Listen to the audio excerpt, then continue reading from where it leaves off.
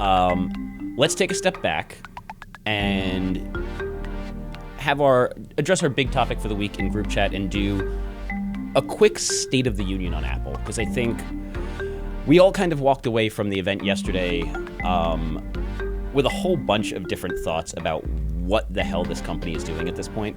And I say what the hell in a derogatory way, very clearly. And I think one of the things starts with, this questionable removal of the headphone jack, which they make this case for. They talk about they have their new Bluetooth earbuds, but there's all these weird choices.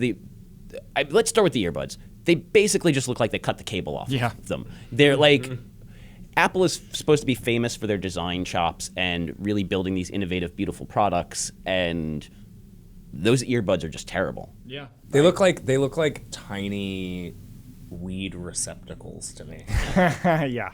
Interesting. I mean, y'all got to follow Trout on Twitter. He dropped this knowledge bomb yesterday, by the way. Right. Well, where the speaker is carb, and I still haven't figured out where you actually put the weed, but Barbie could smoke out of that thing. Yeah. Does it seem to you guys at all like this is Apple kind of getting a little bit boring and doing a lot of the stuff that they previously would have railed against? I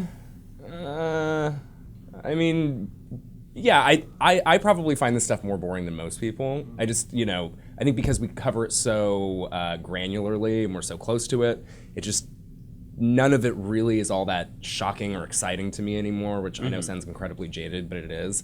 I don't know that Apple's earpod, AirBuds, whatever, are any less exciting or any more boring than most of the stuff that we've seen this year. Yeah, I mean,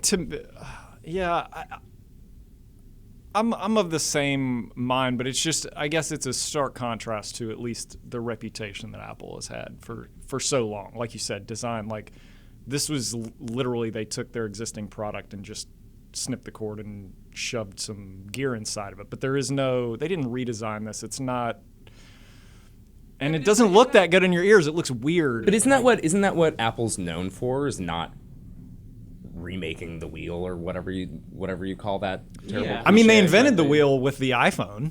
Right, but they didn't invent the wheel. I mean, that was the first touchscreen iPhone. I mean, that was a sea change, right? That was a big, huge deal. And I'm not saying everything has to be the iPhone. I mean, I but guess the question here is the problem the product or the fact that Apple wasn't first?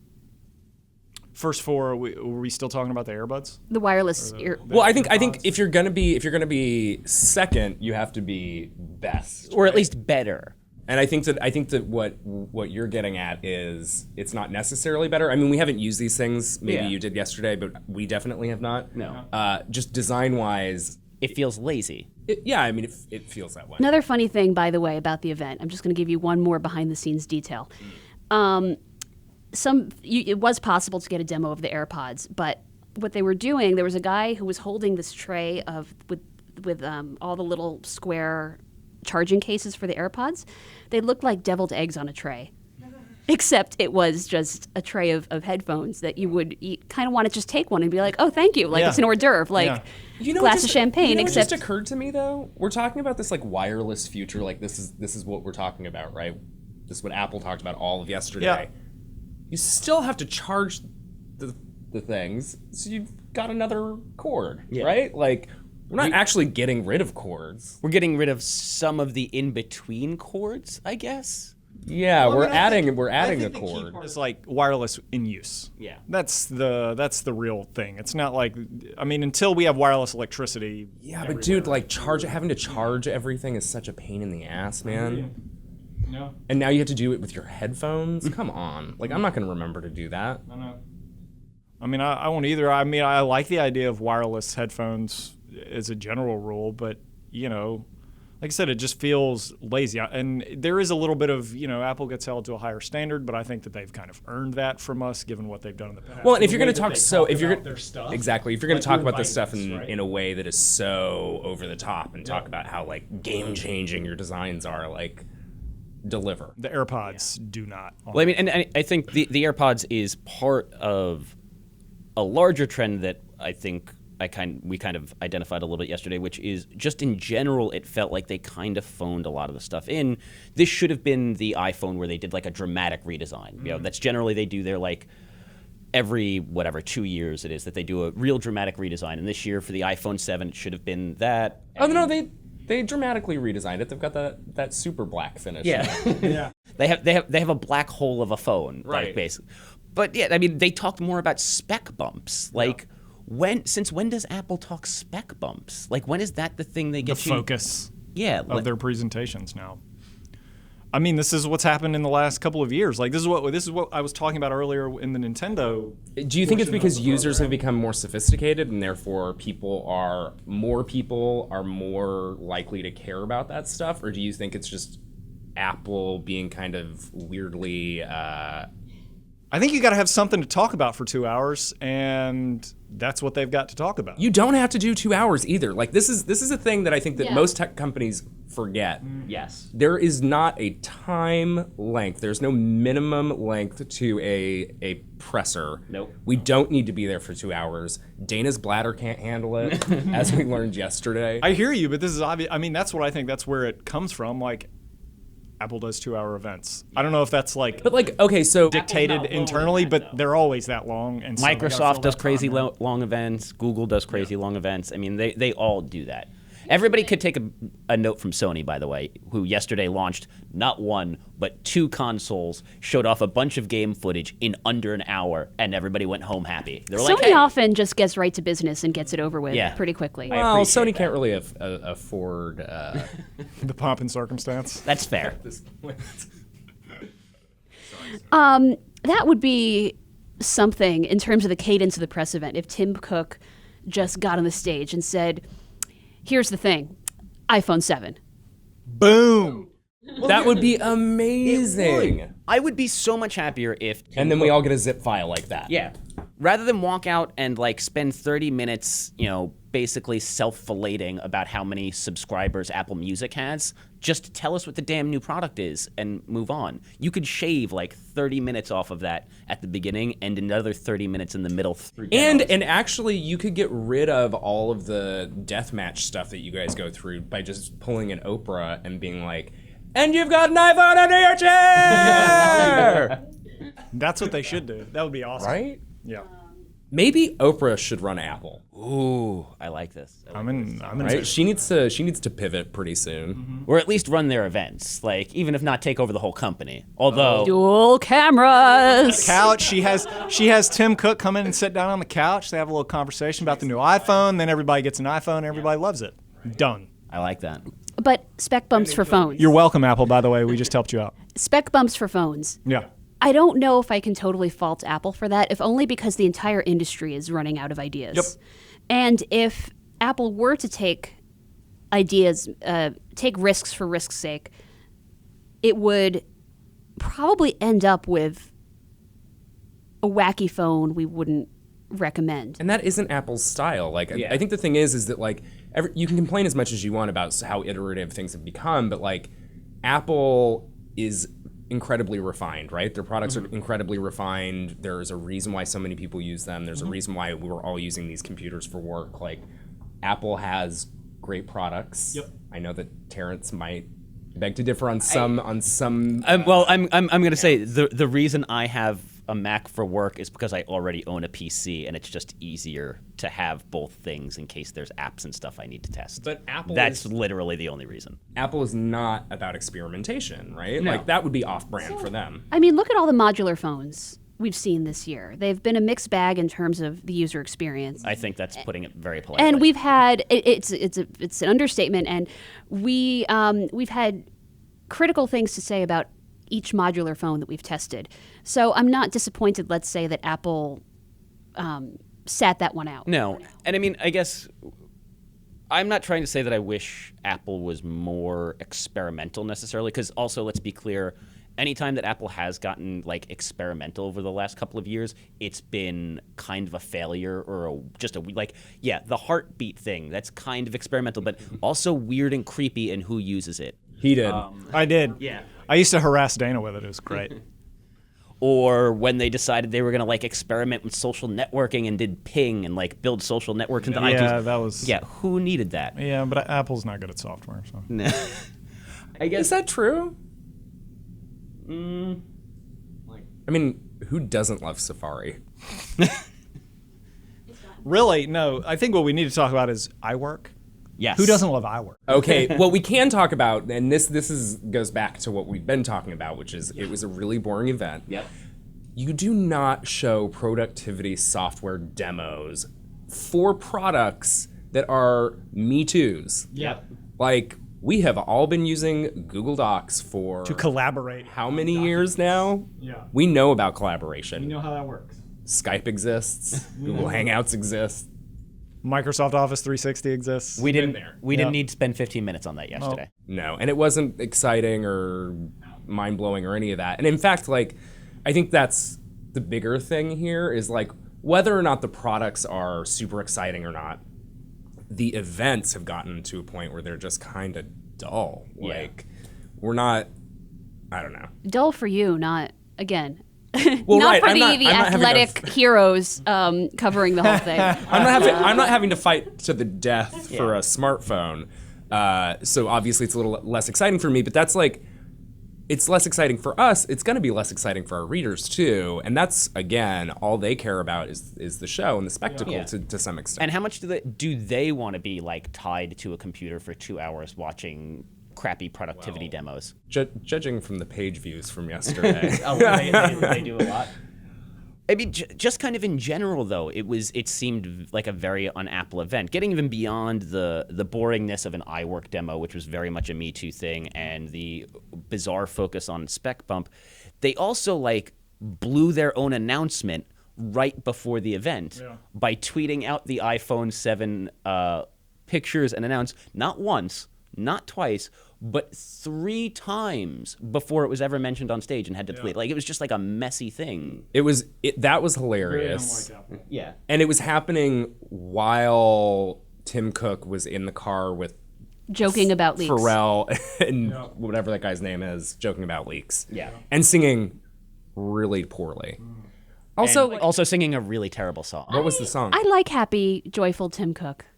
I mean, I don't have listen. I don't have a problem with Tim. He's like, no. I don't have a problem with Tim Cook, but this is Tim Cook's Apple. Like, Tim Cook's Apple is not Steve Jobs' Apple. It's just not, and it's not going to be the same, and that's fine. That is fine, and It's just not my style. yeah. Well, I mean, that is the essence of all of these issues. I think we're talking about Apple makes more money. Well, maybe not than ever, but I mean they're super commercially successful, and that's largely due to Tim Cook's leadership. The guy is a brilliant businessman, but he doesn't have the same charisma. He doesn't have the same kind of gravitas on stage at these events. I mean, this is why it is what it is. But they've tried to kind of hold on to that same. Mystique. Yeah, by using Johnny Ive videos that are overwrought and you know what I mean. Like, that's how they're trying to capture it, and it's just not. It's not the same thing, and they haven't embraced the difference in their company necessarily. They're so overwrought, those Johnny Ive videos, that I love them for that reason. Do you? I wish somebody would like remove his vocal cords. Oh my God. Yes, that's a little harsh, I know, but it's nothing like a personal thing against him. I'm sure like he's a super nice guy. I just don't want to listen to him talk about the beauty of the curved, beveled edges of something. I would anymore. love I to just listen wanna- to him talk while I'm trying to take a nap. Yeah. I would love to have him whispering sweet nothings in my ear late at night. If you can With a glass refrain, of red wine on a if you can bearskin refrain, rug. which we do, from parroting what he says breathlessly and focusing on focusing on how nice he sounds and the ridiculousness of the whole thing, it's kind of great. Oh, is it? You don't scare me. That was a great Johnny Ive impersonation. Oh, I wasn't even trying. Just whispers. Yeah. But, I mean, I don't know what we're levying a lot of critiques at Apple for this stuff, and I don't necessarily have a specific opinion on what they need to change, but I do think that they need to let go of, that's the best idea. But, I just feel like I wish that they would stop chasing Jobs' ghost in the way that they present these events. Yeah. And they would embrace what they are now and try to make that better instead of trying to keep doing what they've. Well, and they do this one more thing still, right? Like that was his thing. Yep. That did not happen yesterday. I thought Sia was a one more thing. Well, there's no like one more product thing, which No, they do it as a toss back and then bring out whatever musical act. Yeah. At least it wasn't Bono this time. And then they infect your computer with U2. there are two conditions under which one more thing is a problem. If it puts my bladder in jeopardy, which it did yesterday, or if it's another product that either means we have too much stuff to chase in supermarket sweeps, or if it's a product we weren't expecting. But usually, actually, the one more thing is a product we were expecting the whole time. Well, I mean, at this point, we're expecting everything. Like, you can write the live blog before it even happens, basically. There were some surprises yesterday. The Mario thing was... That was a surprise. Yes. That was, to be fair. Genuinely unexpected. Good job, Apple. Like, Apple didn't do that. The Pokemon thing was a surprise. I guess. But also felt like that was going to. I mean, to me, I'm like, of course you're going to put Pokemon Go on. We didn't your know list about the Nike eventually. watch either, did No. we? No, but that was another one. It's But kinda is like, that real? That's just like that's like a skinned Apple Watch, right? It's just like a different graphical treatment, right? It's such a minor little thing. It's not like a real big surprise. Well, didn't Dana, Tim why don't Cook you tell us? Because you were excited about it, weren't you? the Nike watch? Yeah. I think it's promising. Yeah, I mean, as an avid runner and a user of running watches, this one looks like it might pass muster. The big things that we couldn't figure out or really weigh in on yesterday were how accurate is the distance tracking now that it has a GPS radio, and how's the battery life? Actually, Apple didn't say a whole lot about battery life, so Which it's going to be means- And isn't it a smaller battery than in Series 1? Did I read that somewhere? Maybe I'm just making that up. I'd have to fact check that. I'm not sure off the top of my head. But go on. It seems promising, but yeah, I mean, the distance tracking and battery are both huge and aren't things we could really test. Are you buying the motivational things that they were touting all about that thing, about like the daily reminders to go run or whatever and the Sunday running parties? Does that appeal to you? No, I mean, for me, it's more that, in my opinion, Nike has a really slick app and is better at software than, let's say, Garmin, which also makes running watches. And even Apple's own workout app until now has not been very good. I'm willing to revisit that once watchOS 3 comes out, which will include some workout updates. But I think Nike is better at workout software than both Apple and a lot of its competitors. So here's a question. Is the focus on sort of the fitness aspect an admission that this is not the next great computing platform? Like, is Apple somehow admitting Well, that? that's only just one version of the watch, right? It's true you can't get the solid gold one anymore, but Lame. I mean, it was an ugly solid gold watch, to be fair. for most people, I think most people will not be buying the Nike one, but the upgraded Series 2, which is actually, so they might be buying the Series 2. The original might still be a better bet because they've dropped the price. It's now $100 less than the Series 2. But if you're just buying the original now, it'll come with the same processor as the Series 2 and the same OS. So what you're not getting in the original now is the waterproofing and the GPS radio. But if you're not a swimmer or a runner or an athlete, you might not care. But what do you use it for? That's what I'm saying. When I reviewed it initially, I was like, the fitness thing seemed like the most. So the notifications can be useful. I don't think they... For Tinder. Yes. No. Does Tinder have an app for the watch? They do. Yeah. Can you swipe left and right on it? I don't know. I haven't used it, Trout. Okay, well, maybe you should. Don't make assumptions. I want to use it now. But I mean, like, so like the notifications thing. Okay, personally, I hate that. I get them on my phone. I don't need them on my wrist all the time. But like, other than that, the fitness stuff was always what I figured. And this is from someone who is not a Y'all, fitness it is person. the perfect Tinder peripheral. Seriously. So the notifications, I can live without them and am, but I happen to not be wearing the watch today because my watch is a little busted. It is not responding to a charge the way it normally should. But I feel a little naked without it. I mean, I can get my notifications, but I got used to using it as an actual watch, first of all, and I got used to being able to glance at The time. at my notifications, and I'm getting a little fidgety without it. Now She without does look it. like But physically. isn't that a bad thing that you're fidgety without it? Isn't that creating habits that cause anxiety? Like, to me, that's a bad thing. Are you trying to diagnose me? I am. The doctor is in, Dana. Uh-huh. Get comfortable. Yeah, He's also a liar. He's a lawyer and a doctor. I am a Renaissance man. I am many things, Christopher. Don't put me in your box. Master of none. The Michael Gorman Less story. rude with the watch than without. Yeah. Yeah. That's an interesting thing for the watch to do to you. We can finish diagnosing her off air, I think. Yeah. And we'll have a review of the Apple Watch and the new iPhone that everybody can read at some point. And there will be an entire section on Tinder. Yes. We'll have a separate piece about sidebar. Tinder on the 50 Shades of Rudeness. So I don't think that we really solved anything for Apple. But No, we that's did. okay. We did. They're going to Oprah. get Oprah. That's how they can fix everything. So please, I don't know which camera I'm looking into, but we'll go with that one. Apple, hire Oprah. That's our final judgment. Guys, thank you for joining me. This has been a kind of interesting, weird, all Apple episode. You're welcome for making it the best podcast we've ever done. Yeah, it was. Terrence, you two are testing my bladder, so. Yeah, and that's. You're putting this on me. Who's worse, Terrence or Apple? I'm gonna drag this out real long now and talk. So listeners, watchers, readers, all of that, please hit us up, give us feedback, tell us what you want to see, hear, all of that stuff. We can only make it a better show if you tell us what you like. So hit us up on Twitter. You can email us at podcast@engadget.com. And you can also hit up these weirdos directly. Where can the people find you on the internets, Michael? At Numeson, Numeson on Twitter, y'all. What's up? And you can find me on Tinder, Mr._Trout. Trout, like the fish. Who names their child Trout? Your mom. Yeah, actually. Dana, where can the people find you? I am at Dana Wollman on Twitter. It is my full name with no space.